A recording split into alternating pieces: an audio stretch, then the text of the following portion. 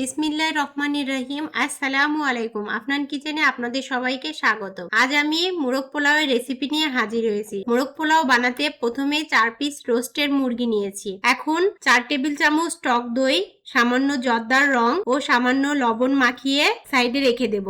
অপর দিকে 2 কাপ বাসমতি চাউল পানি দিয়ে আধা ঘন্টা ভিজিয়ে রেখেছিলাম। এখন পানিটি ছেঁকে নেব। এখন মোরগ পোলাওয়ের একটি মশলা বানিয়ে নেব।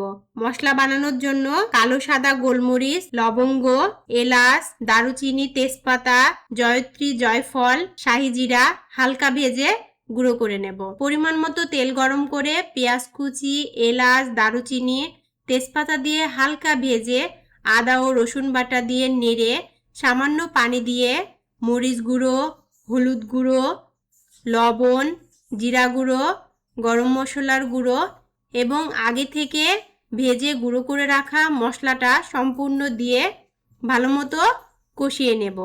কষানো হয়ে গেলে সবশেষে পেস্তা বাদাম বাটা, কাঁচামরিচ, পেঁয়াজ বেরেস্তা, ঘি ও চিনি মিশিয়ে মেরিনেট করে রাখা মাংসটা সম্পূর্ণ ঢেলে দিয়ে মিডিয়াম টু লো হিটে 20 মিনিট রান্না করব।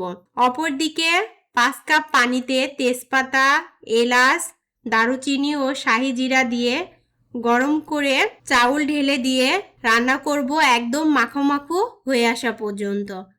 মাখো মাখো হয়ে আসলেই কতগুলো কিশমিশ দিয়ে রান্না করে রাখা মাংসটা ও সেদ্ধ ডিম দিয়ে সামান্য কেওড়া জল ওপর দিকে পেঁয়াজ বেরেস্তা ছিটিয়েই তৈরি হয়ে গেল ঘরোয়া মশলায় মোরগ পোলাওয়ের রেসিপি। আল্লাহ।